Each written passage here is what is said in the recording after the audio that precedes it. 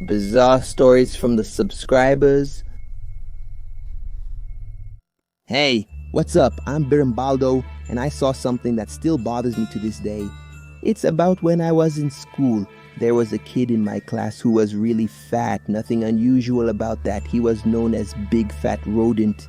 What happened was that he would eat anything. And I'm not kidding. If he was eating something and it fell, if it fell on the floor, he would pick up the food himself and chew that thing with dirt on it. If he got hungry and there was nothing to eat, he would look for something to chew on, even if it wasn't food. It could be a piece of pencil.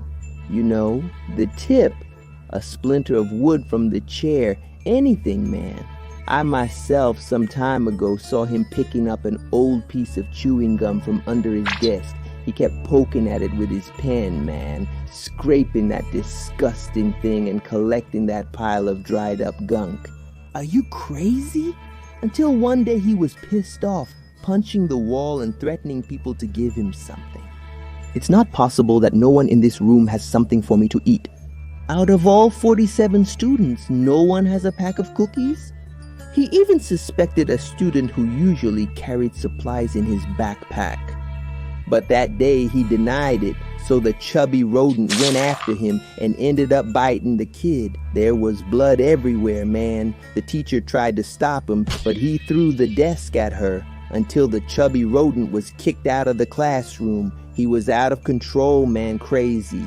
That same day during recess, we heard a commotion and we all went to see what it was. You know what the problem was this time. But some students found him lying on the ground and said he ate something bad and died. As the days went by, the speculation about what he had eaten only increased. The main theory among the guys was that he grabbed a little bag of rat poison thinking it was a rat poop candy and ended up ingesting the substance. Others say it was just natural selection doing its job, because who eats any junk they see in front of them ending up having dinner in hell?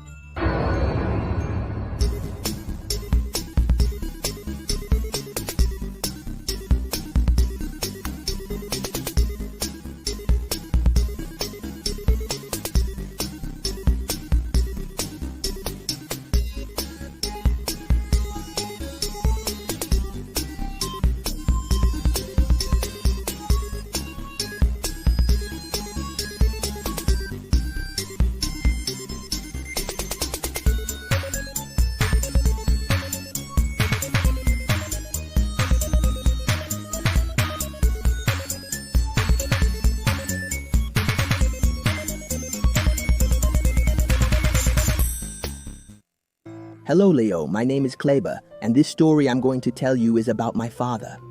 When he was about 20 years old, he worked at the hamburger snack bar. The location of the establishment was a bit questionable because it was next to a cemetery. One night around 10:30, my father decided to work some extra hours because there were some dishes to wash. After a while, he heard a bell from the table. Curious, he went to check who had arrived. When he got there, he came across a tall man wearing a black hood. The man was pale like a corpse and said, "Hello, young man. Could you get me a snack with fries, a hamburger, and a drink?"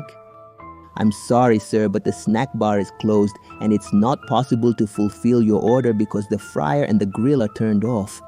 The man insisted, and my father ended up agreeing, because the gentleman promised to pay double if my father made the snack for him.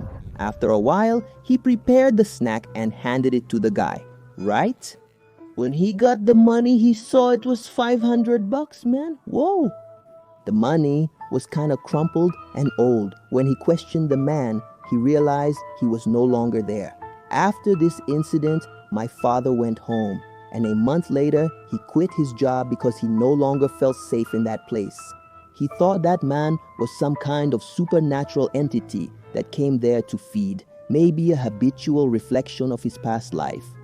All I know is that my father was really shaken by this and got out of there. Thank you for reading my story. Guys, I just released another comic in the store, Cartoon Cat vs. Siren. It's a story set in a land destroyed by these bizarre creatures and shows the battle between these two titans. Who will be the winner of this battle is the big question we all want to know. And if you don't know, we have the story of Leo and Grandma on an adventure against the forces of evil. Children from the neighborhood are mysteriously disappearing. What could be happening? Will Leo and Grandma be able to solve this mystery? My name is Jennifer, and I'm going to tell you the strangest story that ever happened to me. It was the year 1998, and I was sleeping peacefully in my bed when suddenly my mom woke me up. She says I'm late for class and I need to hurry or I'll miss the bus. But she insists that I'm mistaken, that it's Friday. Not really understanding, I decide to follow her orders and get ready in a hurry. I quickly washed my face and brushed my teeth. I hurried, right? At the bus stop, there were no students waiting. Did the bus already pass? There it is. I thought I had missed it. There's no one from school on the bus. It's usually full of students at this time, right? When I get there, I find the gate open. But strangely, it's empty. The doorman wasn't there. The office was closed and the rooms were deserted. A strange feeling started to take over me, but I decided to ignore it and leave the school. That's when the unexpected happened. I heard a child's laughter. It seemed like someone had run across, but I saw no one. Could it be a ghost? The gate that was open when I arrived, just as I was about to leave, suddenly slammed shut on me. Luckily, I managed to throw myself forward and avoid having a limb crushed. Breathing a sigh of relief, I realized that something strange was happening. I confirmed it was Saturday when I passed by a newspaper vendor. But when I got back home, my mother greeted me with a worried expression. She asked me where I was going in my school uniform. After all, today was Saturday. Confused and scared, I tried to explain that she was the one who woke me up and told me to go to school. But she told me she had just woken up, and when she looked for me, I was already gone. Since that day, I've been wondering what really happened. Could it be that my mother was sleepwalking and said that without realizing it?